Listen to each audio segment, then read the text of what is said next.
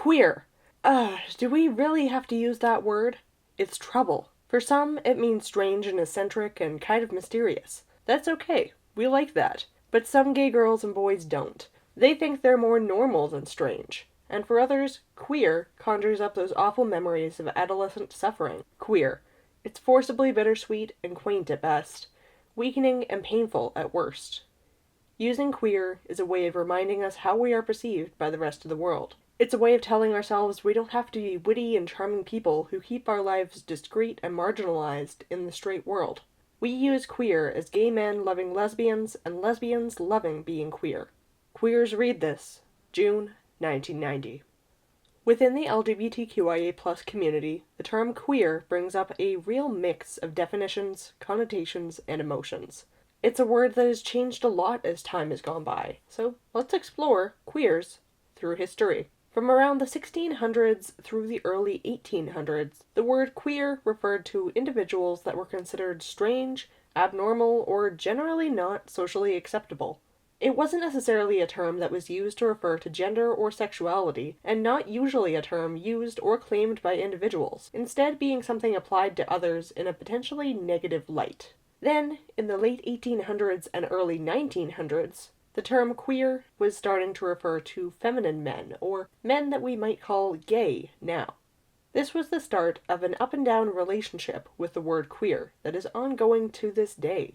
It furthered the strange, negative light that the word queer was seen in. In the 1980s and 1990s, the label of queer was starting to be reclaimed as a positive self-identity for those within the LGBTQIA+ community. Within the community, people were starting to claim the label of queer as individuals, and even through organizations trying to spread the word that this term that had once been used against the community was being taken back. One such organization was called Queer Nation.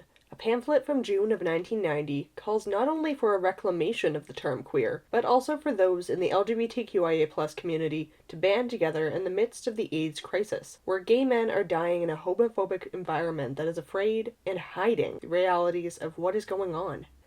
It says within their Queers Read This pamphlet, queers are under siege. Queers are being attacked on all fronts, and I'm afraid it's okay with us. In 1969, there were 50 queer bashings in the month of May alone. Violent attacks. 3,720 men, women, and children died of AIDS in the same month, caused by a more violent attack. Government inaction rooted in society's growing homophobia. This is institutionalized violence, perhaps more dangerous to the existence of queers, because the attackers are faceless. That Queer Nation pamphlet invites queers to fight back against oppression, and many in queer activist spaces in the 1990s provided some ideas that are held even now, like the argument that sexual identities are social constructions. It's a piece of literature that shows that not everyone in the community is looking to be your docile gay neighbors. Some are looking to fight hatred with hatred, fire with fire. It talks at length about straight privilege in the media and the world at large. We don't have the AIDS crisis going on now, but we do have many attacks on queer rights going on around the world. The rights of LGBTQIA+ people around the world are being stripped right now. Anti-trans bills in the USA, anti-homosexuality bills in places like Uganda and Iran. It's hard to keep up with the amount of anti-LGBTQIA+ proposals, bills, and laws around the world. And it's really disheartening. Now, though the term queer has been reclaimed by some, others still associate it with its previous use as a pejorative by heterosexuals, considering the term to be offensive or even self-deprecating. So, in general, it is viewed as many other terms that the queer community has looked to reclaim. It's okay to use as a term for yourself, and to refer to yourself. However, it is not something that should generally be used for others, unless you know that they are okay with that term being used for themselves. While some, like myself, enjoy using it as an umbrella term, the term queer is definitely something to be cautious about, depending on your familiarity with the group at hand. The term queer is, just like other once slurs, viewed in a strange way. One could even say a queer way right now. It's in that strange spot of okay to use, but not always the best term to use. Yet it is still part of the LGBTQIA+ acronym. As time has gone by, there are some that use the word queer instead of the acronym LGBTQIA+, or any of its variations. For example, often there are people who say the queer community instead of the LGBTQIA+ community. This is both due to it being easier to say, but also still encompassing that less shoved in one box or another meaning that queer has taken on. Despite its negative meaning or connotation to some in the community, people often refer to the community with the word queer, and have for years now. Is it right? Is it good? Is it okay? I feel like this could really all boil down to personal feelings or potentially personal preference around the term queer. Regardless of feelings, it is a very common general term in LGBTQIA+ circles. I do use the label of queer for myself, as, along with many others in the community, I find it to be less limiting. While I do have many terms that I can and do use at times to describe my identity in more detail, calling myself queer is an easy way to say I'm somewhere outside of the allo-cis-het norm.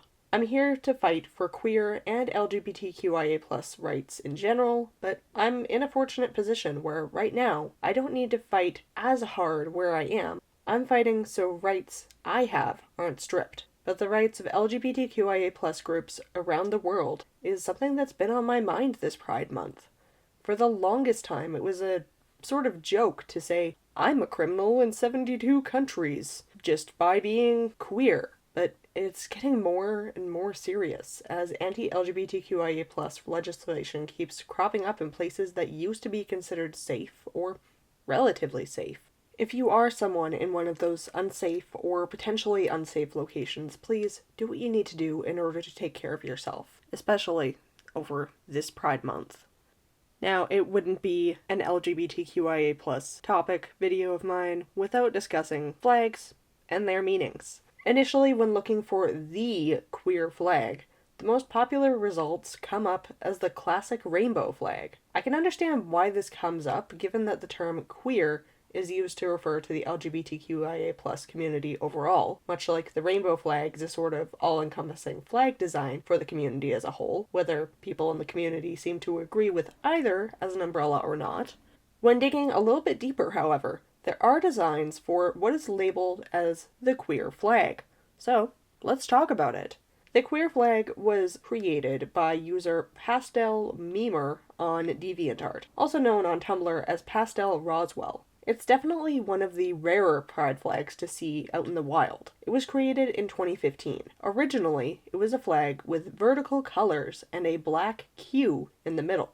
But soon, the design gained more popularity with horizontal stripes and no Q, which would be an easier design to print for flags and other merchandise, I would assume. Something I find interesting is that the meanings of the different colored stripes on the flag are identical in some cases, despite being different colors and shades of the same color. The black at the top and bottom of the flag mean the same thing as the white in the middle. They're representative of the asexual, aromantic, and agender communities. Pink and blue stripes both stand in for same-gender attraction, and green and white both represent non-binary and gender non-conforming folks. Then an alternative version of this flag was made, replacing the lighter shades of blue and pink with lavender stripes the same color as the genderqueer flag, which seemingly is just as popular. There have been a few less popular alternative flag designs over the years as well, like a white and lavender chevron design by Tumblr user I Study Human Hope in 2016.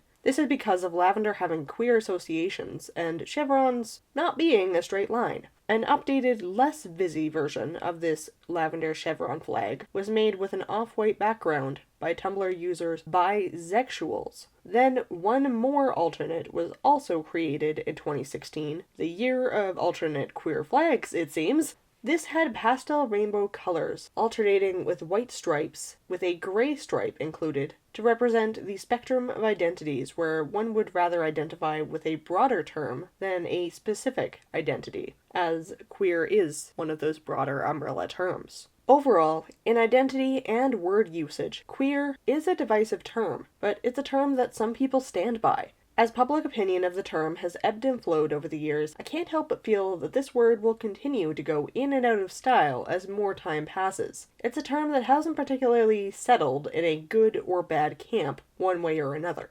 I can't say for certain that it ever really will. Of course, I can't see the future, so maybe someday one opinion or another on this term will prevail. Until then, and maybe even beyond then, people will use the word queer to describe themselves, and sometimes others. As long as intentions are clear and boundaries are respected, I think this is just fine. Queerness is controversial, and that's okay. If you have any other topics about mental health or LGBTQIA+ topics you'd like to see covered, please let me know down in the comments. As always, my resources are in the description. Thanks for watching the OCD Enby. Stay safe out there.